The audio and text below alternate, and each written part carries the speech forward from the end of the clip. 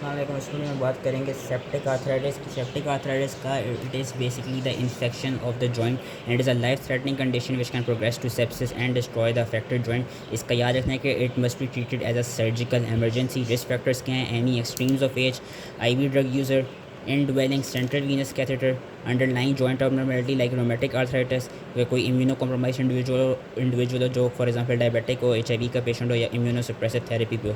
Common agents क्या होते हैं? Staph aureus the main common agent. उसके अलावा in neonates Haemophilus influenzae and haemolytic streptococci and young adults Neisseria gonorrhoea is seen as क्या कहते हैं इन्फेक्टिव ऑर्गेनिज्म।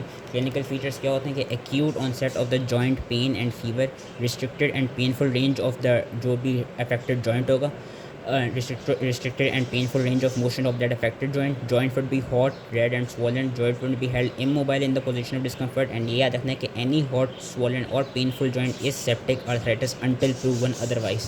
नियोनेट्स में जो मोस्ट कॉमन साइट है वो हिप जॉइंट इन्वॉल्व होता है एंड चिल्ड्रन एंड एडल्ट के केस में नी जॉइंट इन्वॉल्व होते हैं। इन्वेस्टिगेशन हम क्या क्या कराते हैं? CBC जिसमें ल्यूकोसाइटोसिस मिलेगा, C रिएक्टिव प्रोटीन और ESR एलिवेटेड मिलेंगे, and arthrocentesis which is the joint aspiration. That is the most accurate test की बेसिकली एंड साइनोवियल फ्लूइड में से साइनोवियल कैविटी में से साइनोवियल फ्लूइड की एस्पिरेशन करते हैं। उसका फिर उस एस्पिरेटेड फ्लूइड का ग्राम स्ट्रेन कल्चर कराते हैं एंड उसमें हमको एलिवेटेड WBCs भी मिलते हैं। More than 50 to more than 1 क्या कहते हैं मोर देन 1,50,000 मिल सकते हैं।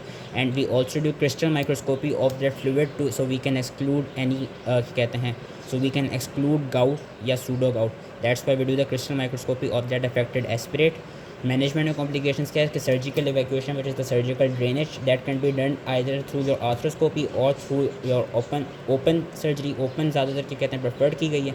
मेडिकल मैनेजमेंट क्या है कि सर्जिकल के बाद जो मेडिकल मैनेजमेंट नॉर्मली होती है जो हम पिछले सर्जिकल प्रोसीजर्स में देखते आ रहे हैं कि 4 to 6 वीक्स का एंटीबायोटिक कोर्स होता है। IV antibiotics for 2 weeks follow by 4 weeks of oral antibiotics and the choice of antibiotic that depends upon जो भी कल्चर एंड सेंसिटिविटी में हमारे पास अफेक्टेड ऑर्गेनिज्म आयो।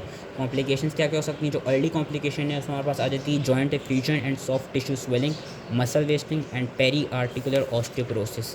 अगर एडल्ट्स के केस में बात करें तो एडल्ट्स के केस में जो लेट कॉम्प्लिकेशन है they can be secondary osteoarthritis, joint stiffness and fibrous और बोनी एंकाइलोसिस।